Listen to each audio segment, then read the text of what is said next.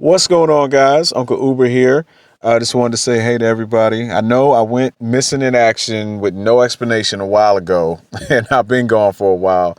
But I had to take care of some real life stuff to step away from YouTube for a while to deal with it. Um, I just want to say thank you to everybody who's been supporting me thus far and that continue to support me.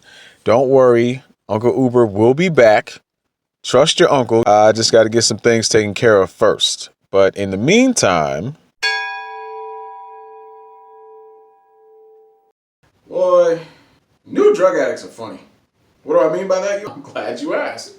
So picking up this one kid coming from some party. He's having a ball. He's having a great time in the backseat. He's talking about how the music was great. The girls looked good. He had a girl with him who was damn near passed out laying on him.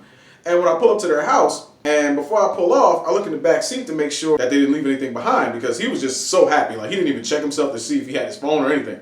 So I look in the back seat, the glasses case just sitting in the back. I'm like, oh, okay. Put the glasses case out. I go up to the house and knock on the door. He comes to the door all smiles. He's like, hey, man, what's going on? I hand him back the glasses case like, yeah, you left this in my back seat.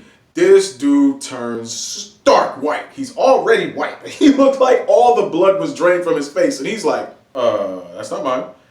Now, mind you, he's wearing glasses at the time. Not sunglasses or anything, like regular reading glasses. So I'm like, you sure this isn't yours? He's like, no, that's not mine. You know, I don't know whose that is. You have a good night. Closes the door. So as I'm walking back to the car, I open up the glasses case. This kid had baggies of powder in there. There were pills in there. There was like little sniff bottles that was in there. He had a little baggie of weed in there. He even had a needle in there, my nigga. A full-on drug kit. I'm not 100% sure how this works nowadays, but there was at least 5 different drugs that I was looking at in this glasses case. My nigga, do you really need to get that high? Like, life can't be that hard, is it? Who wants to die? Yet another night in the wonderful Uber nightlife. It's about 2 a.m. I pull up to a strip club, which isn't uncommon. I pick up strippers all the time, and it's during the shift that I work. What is uncommon is a dancer getting off work at just 1:30, 1:45 in the morning. Like, that's usually when everything goes crazy. But this girl who's obviously a dancer comes out the club, and she gets in the car. She's on the phone as she gets in the car, like most people are. And we confirm the address, we take off, and while she's on the phone, she's saying all kind of sweet nothing. She's like, baby, I've missed you all day. I need you to rub me down. I am so tired. This has been such a long night. I had to leave early. I miss you so much. I miss that handsome face. I miss those strong hands. I miss how you touch me. I just miss you. I miss your smell. Whatever it is you wear that makes you smell like almonds, oh my God. Hangs up the phone. We pull up to the house. She leaves her bag in the back seat. She says, hang on one second. I just want to see what's going on in here. So I'm like, okay, we're making a stop, I guess, on the way to her man.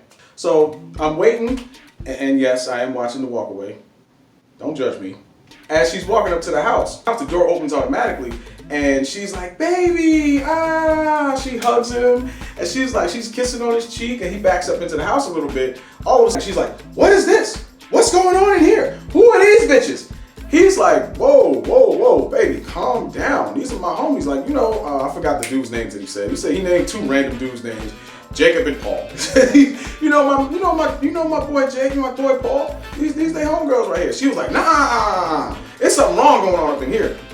It's 2 niggas and 4 bitches. What the fuck is this shit? I'm not trying to put up with none of this. You know I ain't about this shit. You know I don't stand for this shit. And she takes her hand and whacks him right across the face. He's like, yo, you tripping. We was just chilling. I've been waiting for you. She says, fuck that shit, and storms out the house. Jumps back in the car. She's like, listen, can you just take me out of here? And she puts in another address. So I'm like, oh man, I'm sorry about that. She was like, sorry about what? I was like, that whole little situation. She's like, watch this. She picks up the phone, dials a number. All of a sudden, all the anger, all that shit left her face. A huge smile comes on her face. I'm thinking she's calling the dude back, and she's just making him suffer a little bit.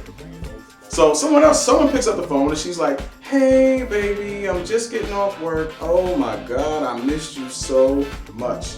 I'm like, oh, okay, we got a player situation going on here. But it goes deeper than that, actually. She literally recited verbatim Everything she just said to the first dude, she said to the second dude. She's like, I miss your hands. I miss how you smell when you use the almond scrub. I miss how you touch me. I only smell that smell when I'm around you.